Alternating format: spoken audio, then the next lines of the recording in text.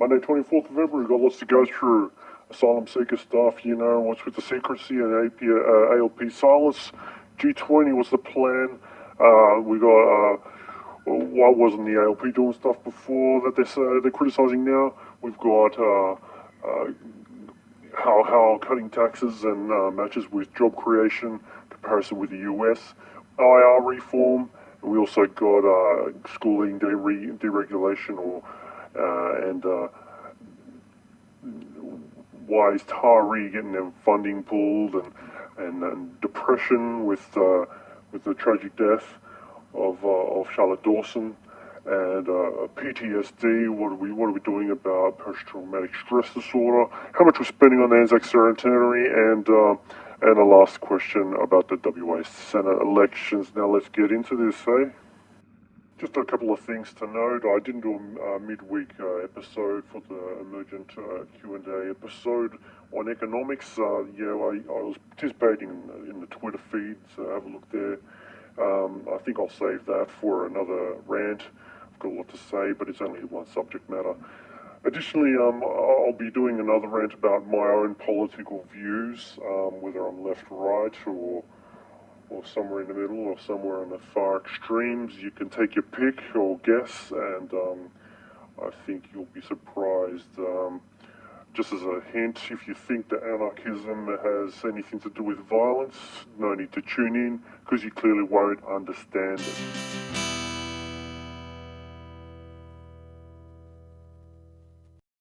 In one of the Naked Gun films, Leslie Nielsen stands in front of a fireworks factory that's in the process of exploding all over the shop, spraying the skies full of multicolored stars and smoke, as he tells a crowd that there's nothing to see here, move along, there's nothing to see, trying to assert this silly claim that the libs and the coalition are playing at. It's the same bullshit. It's quite conspicuous when there is no news, and why there is no news, and anybody can see why. I think another way to say it is they consider the phrase, what daddy doesn't know doesn't hurt him. If you think about that, who's the daddy in this equation? Clearly it's the voters, those who actually make a difference, those who actually keep them in power. As long as we don't know what they're doing, then we can't judge them, can we? The Ministry of the Inferior Interior continues to redefine democracy.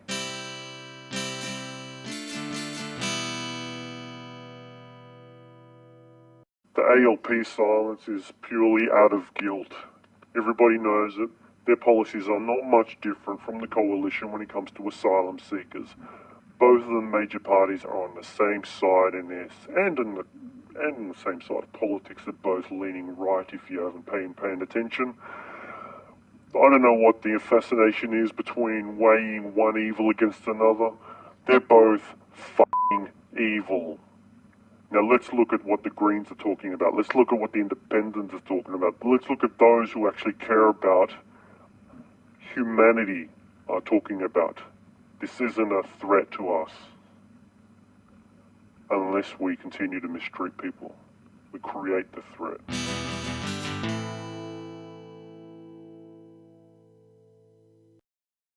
Of course there's no damn plan. What the hell do you think? Politicians are opportunistic pricks. They'll sell their own mothers if we'll keep them in the job. The feeling expressed by this questionnaire is felt widely, and it's apt. It's right on the money. It's completely sharp. There is no plan.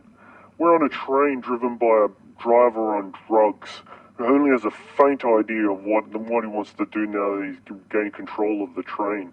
Will it derail? Well, that will be determined on how focused it can be, and you know, if any history is to go by, train drivers don't know what the hell they're doing.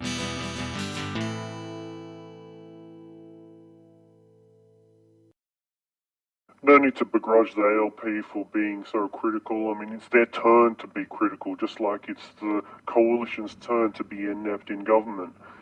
But all things being equal, the ALP did steer us through the world economic turmoil recently. They did a lot of things wisely.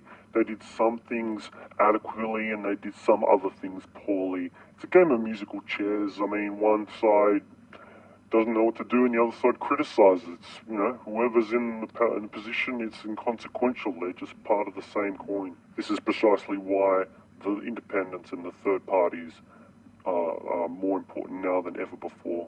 There's only one way to beat this stupid two-party system. We can't follow the US in this ineptitude that they're so strong at.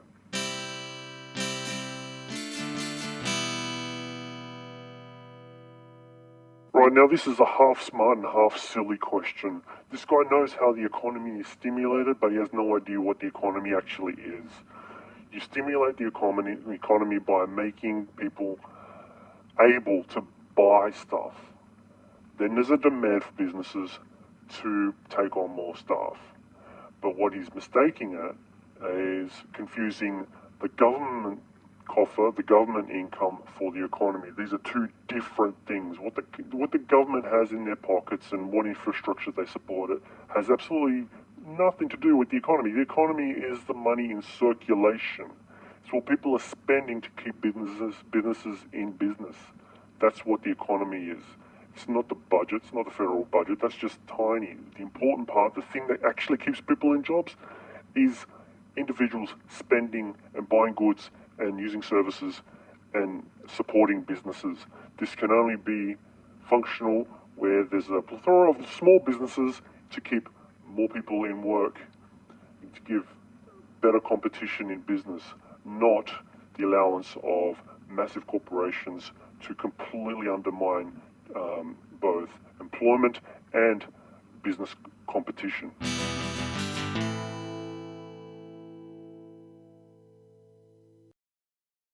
What assurances do casual employees have if there's a capacity for them to give up their rights in exchange for flexibility? Two words: you can't. There is no assurance whatsoever. This is a license to abuse people. This is a license to exploit.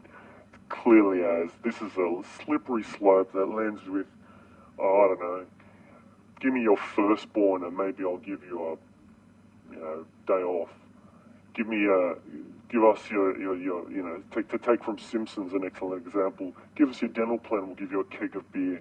That's the bullshit the coalition is after. Flexibility for employers to exploit. It's only about profit for those in the minority who control the workforce.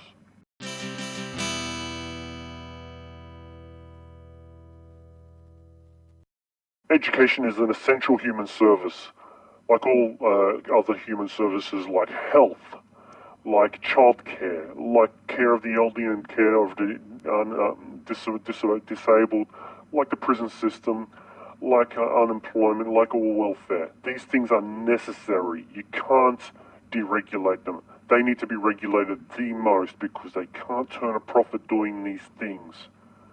People need them innately. Society needs them.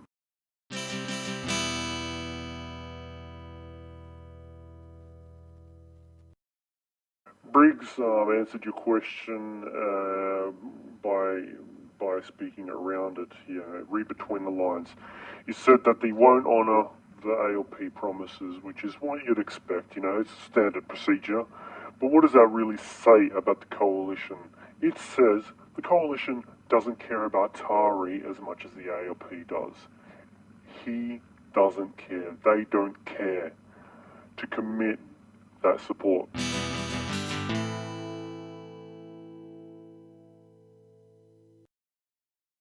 Got to ask, is this a compounding problem?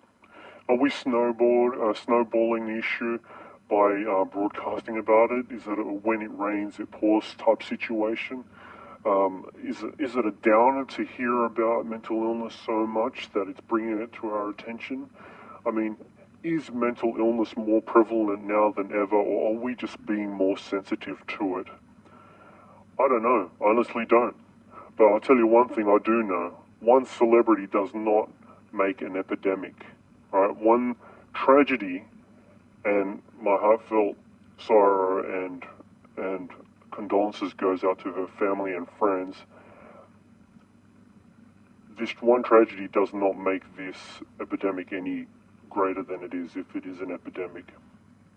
Let's not forget, the last decade has seen the best mental health initiatives we have ever had under both sides of government. Depression simply can't be eradicated if you're expecting it to go away magically, it's like expecting the flu to go away magically. It's just not going to happen. Nothing's going to stop all depression. So if you're looking at and pointing at one suicide, one tragic suicide, it doesn't indicate anything is increasing at all. So let's not forget that a lot of progress has been made. We are in a better position now than we have ever been in terms of support for mental health. And that's not something to be scoffed at or criticized. We're doing a lot. Why not consider alternative treatments which are being blocked by unjust and harmful laws? More on that in the next question.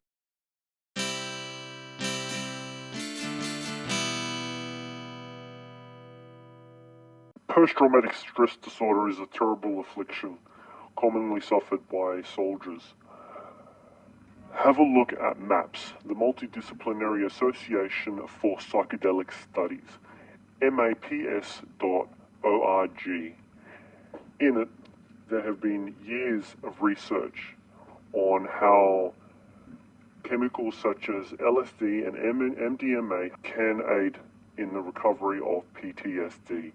These things are being blocked by harmful anti-drug laws which only causes such chemicals to be poorly made and made by criminals. It pushes, just like the alcohol prohibition, everything into the dark so that it can't be monitored, it can't be controlled, and it puts everybody's life in danger. Both those who partake and those who are just happen to be in the wrong place at the wrong time. These are harmful laws, and they are preventing real solutions for PTSD sufferers.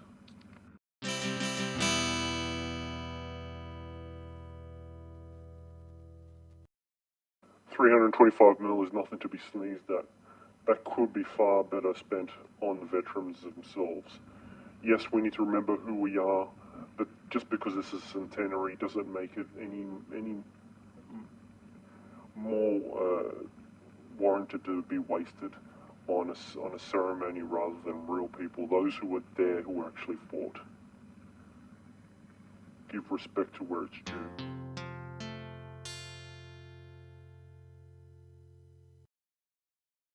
What I don't understand with this silly last question that seemed to ramble on and on and on and on and on is what's wrong with it? Is it the profanity? Fuck no. Everybody swears. Every politician, every lawyer, they all swear more than anyone else. I mean, you think they're bloody comedians with the amount of profanity they use behind closed doors. That's inconsequential. Is it the sentiment that, once elected, promises are ignored? Well, name one politician who didn't do that. That's just the name of the game. The job of a politician is to make promises. Make promises enough, convincing enough, I should say, so they can get the fucking job. And that's it. They just sit there keeping the seat warm, being completely inept in the role for as long as they can stand it, and as long as they can hold on to it with the skin on their teeth and their fingernails till they're dragged away and forgotten. That's the cycle.